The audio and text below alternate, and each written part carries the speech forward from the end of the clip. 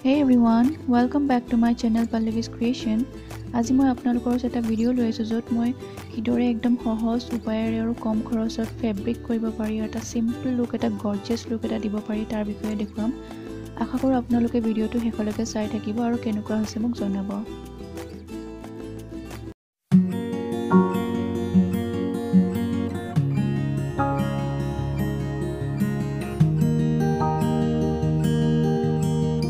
এইযোৰ হৈছে এযোৰ ধুনীয়া simple chador mekhela which is totally made by my mother at home.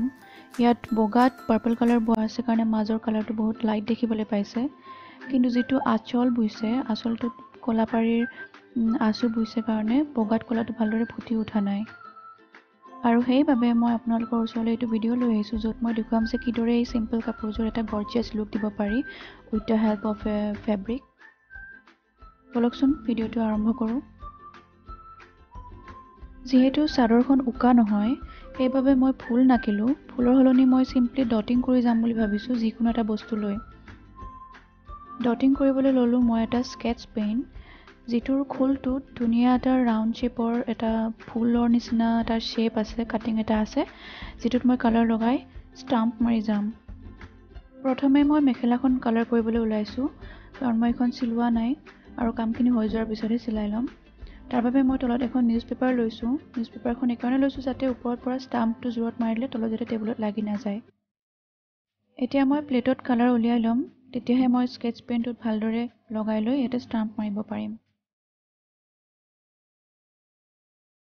মই স্কেচ পেনৰ মুঠেদি ষ্টাম্প মাৰিবলৈ আৰম্ভ কৰি দিম।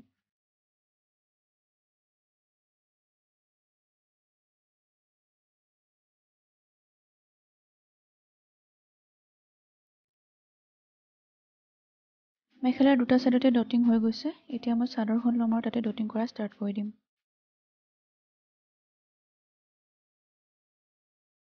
চাদৰৰ দুটা সাইড ডটিং হৈ গৈছে এতিয়া মই নেক্সট পটিটো কৰিম।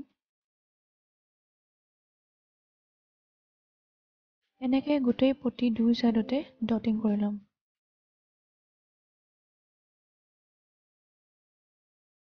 চাদৰ আৰু মেখেলা দুইখনতে ডটিং হৈ গৈছে আৰু এতিয়া যেটো ফুলৰ নিচিনা যেটো শেপ ওলাইছে তাৰ মাজত মই এটো ৰেড কালাৰ এটা ডট দি যাম দেখিবলৈ আৰু বেছি ধুনীয়া হ'ব তেতিয়া। ফুলৰ মাজত ডটিং কৰিবলৈ মই এটা ব্ৰাছ লৈছো এটো মোৰ নহয় অপোজিট মূৰটোৰে লৈছো এইটো মূৰত মই কালাৰ লগাই ডটিং কৰি যাম। এতিয়া মই নিউজপেপাৰখন তলত লৈ লম যাতে কালাৰখিনি ষ্টাম্প মাৰোতে তলত লাগি নাযায়। এতিয়া কালাৰ লগোৱা ষ্টাৰ্ট কৰি দিম with the help of the brush. এনেকৈ ডটিং কৰি যাম আৰু এতিয়া ভিডিওত দেখিবলৈ প্ৰবলেম হৈছে যেহেতু ডটিং কিটা বহুত সৰু সৰু হৈছে পিছত মই ধুনীয়াকৈ দেখুৱাই দিম। এনেকৈ চাদৰ মেখেলা আৰু চাদৰ পটি সবতে ডটিং কৰি লম। ওচৰৰ পৰা চাওকচোন কেনেকুৱা লাগিছে মোৰটো খুব ভালেই লাগিছে।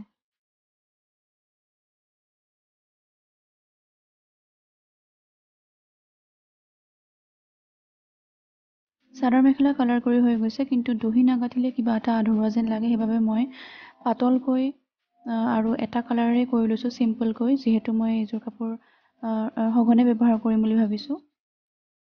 চাদৰৰ লগত অহা সূতাখিনিৰে দহি গাঠিবলৈ মই বহুত টান পাওঁ আৰু মই এনেকৈ মুখনিটো মাৰি বেজিৰে সূতা ভৰাই গাঠি মাৰি যেটো দহি গাঠে সেইটো মই সহজ পাওঁ কাৰণে এনেকৈ কৰি ললো। এতিয়া দুডাল সূতা অকমান আঁতৰাই লৈ এনেকৈ পকাই থাকিম দুই তিনিবাৰ তেতিয়া হলে কি হ'ব এই দুডাল লগ লাগি পাক খাই এডাল হৈ যাব আৰু তেতিয়া গাঠিটো বহুত টাইটকৈ লাগি যাব আৰু খোলাৰ চান্স নাথাকে। দহি গাঠিবটো সবে জানেই কিন্তু যিসকলে নাজানে তেওঁলোকে এইটো ভিডিও এবাৰ চাই ল'ব পাৰে। দহি গাঠিবলৈ মই পাৰ্পল কালাৰৰ পাত সূতা লৈছো দোকানত বিভিন্ন ধৰণৰ সূতা পোৱা যায় কিন্তু মোৰ তাত এইটোৱে আছিল কাৰণে মই এইটোৱে লৈ লৈছো আৰু এতিয়া দহি গুঠা ষ্টাৰ্ট কৰি দিম।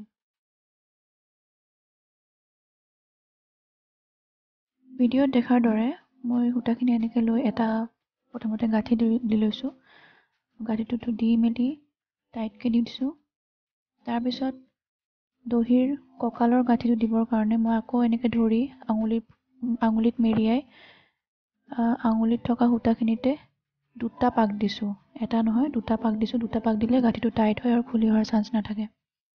তাৰ পিছত তললৈ টানি আনি পেটত গাঠিটো টাইটকৈ মাৰি দিছো। আৰু যিখিনি লাগে সেইখিনি ৰাখি বাকী সূতাখিনি কাটি দিছোঁ। আকৌ এবাৰ এইটো ভালদৰে চাই লওক যদি আপোনালোকে এবাৰত বুজি পোৱা নাই।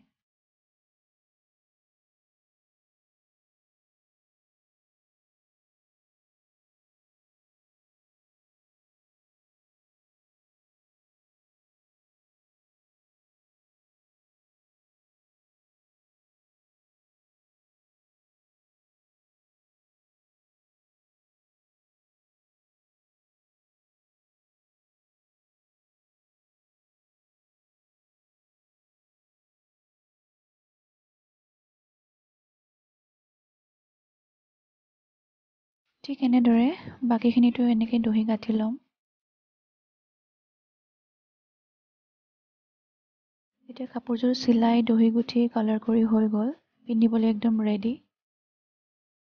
কাপোৰযোৰ পিন্ধি দুকপিমান ফটোকে উঠিলোঁ, চাওকচোন কেনেকুৱা হৈছে কাপোৰযোৰ। আৰু আপোনালোকৰ আজৰি সময়ত এনেকুৱা কাম কৰি থাকিব পাৰে, দহি গুঠা, চাদৰত ফেব্ৰিক কৰা, একদম সহজ কাম, মাত্ৰ অলপমান ধৈৰ্য লাগে। যদি আপোনালোকে মোৰ এইটো ভিডিঅ' চাই ভাল পালে তেনেহ'লে লাইক, কমেণ্ট আৰু শ্বেয়াৰ কৰি দিব। লগতে মোৰ চেনেলটো ছাবস্ক্ৰাইব কৰি দিব আৰু বেল আইকনটি বজাব নাপাহৰিব। আগলৈও মোৰ এনেকুৱা ভিডিঅ'বোৰ চাই থাকিব। ধন্যবাদ।